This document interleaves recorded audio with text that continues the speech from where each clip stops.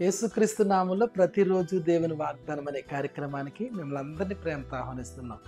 ఎలా ఉన్నారండి? అందరూ బాగున్నారా? దేవుని కృపలో వర్ధిల్లుతున్నారా? మీరు అందరూ బాగుంటారు. మీ కొరకు మేము ప్రార్థన చేస్తున్నాం. గొప్ప దేవుడు మిమ్మల్ని దీవిస్తాడు, ఆశీర్వదిస్తాడు. దయచేసి గమనించండి, ఈ వాగ్దానం అందరికీ షేర్ చేయండి, లైక్ చేయండి, షేర్ చేయండి, అందరినీ ఆహ్వానించండి. ప్రతి ఆదివారం యేసయ్య సన్నిధిలో అద్భుతమైన ఆరాధన జరుగుతుంది. వేల మంది ప్రజలు వస్తున్నారు. అప్పుల్లో ఉన్నవారు విడుదల పొందుతున్నారు. ఎన్నో శ్రమల్లో ఉన్నవారు, కష్టాలు ఉన్నవారు, సమస్యలు ఉన్నవారు విడుదల పొందుతున్నారు, సాక్ష్యం ఇస్తున్నారు. అడుగుపెట్టిన ప్రతి ఒక్కరు దీవించబడుతున్నారు. మరి ఎందుకు ఆలస్యం? రేపు ఆదివారం మీరు రండి కుటుంబాలతో. దేవుడు మీ పట్ల కూడా గొప్ప కార్యం చేస్తాడు.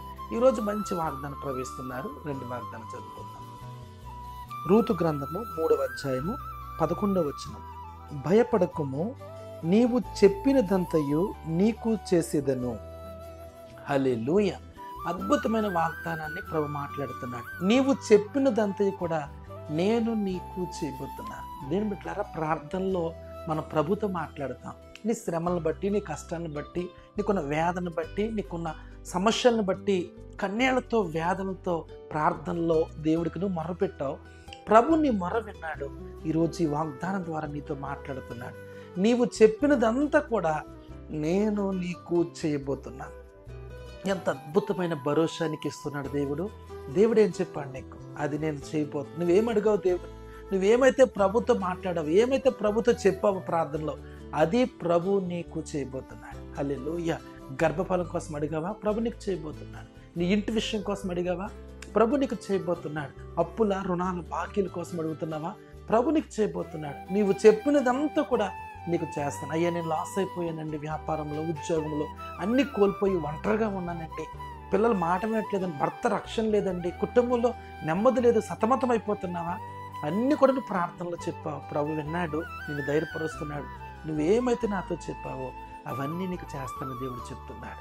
నీ అన్నీ కూడా దేవునికి అప్పగించు. దేవుని పట్ల గొప్ప కార్యం చేయాలని ఇష్టపడదు. శత్రువు చెలరేగుతున్నాడేమో, భయపడొద్దు. అప్పులు చెలరేగిపోతున్నాయేమో, భయపడొద్దు. నిందలు, అవమానాలు చెలరేగిపోతున్నాయేమో, భయపడొద్దు. ప్రభు వైపు చూడు, ఆయనతో మొర్రపెట్టు. నువ్వు ఆయనకు చెప్పిందంతా కూడా నీకు చేస్తానంటున్నాడు. అద్భుతాలు, స్వస్థతలు, గొప్ప గొప్ప కార్యాలు నీ పట్ల చేస్తానంటున్నాడు. కాబట్టి దేవునికి దగ్గరగా రండి. కొన్నిసార్లు శోధనలు వచ్చినప్పుడు, కష్టాలు వచ్చినప్పుడు మందిరాన్ని విడిచిపెడితే దేవునికి దూరంగా ఉంటాయి, అవన్నీ పోతాయేమనుకుంటావు. లేదు లేదు, ఎక్కువైపోతాయి. నువ్వు శ్రమలు ఎక్కువైనప్పుడు, కష్టాలు ఎక్కువైనప్పుడు నువ్వు మరింతగా దేవుని దగ్గరికి వచ్చినాడు, మరింతగా దేవుని సన్నిధికి వచ్చినప్పుడు అవన్నీ పటాపంచలైపోతాయి. సాతాను సిగ్గుపడి పారిపోతాడు, నీకు విజయం కలుగుతుంది. చాలామంది శోధనలో ఉన్నారు, కన్నీటిలో ఉన్నారు, ఇతరులకి చెప్పుకోలేని వేదనలో చాలామంది ఉన్నారు. భయపడొద్దు. ప్రభు నీ ప్రార్థన విన్నాడు, నీ మొర్ర విన్నాడు. నువ్వేమైతే ప్రభుని అడిగావో అవన్నీ కూడా నీకు చేయబోతున్నాడు ఆయన. ప్రార్థన చేసుకుందాం. ప్రేమగల్ల తండ్రి, పరిశుద్ధుడా, నీకు వందనాలు.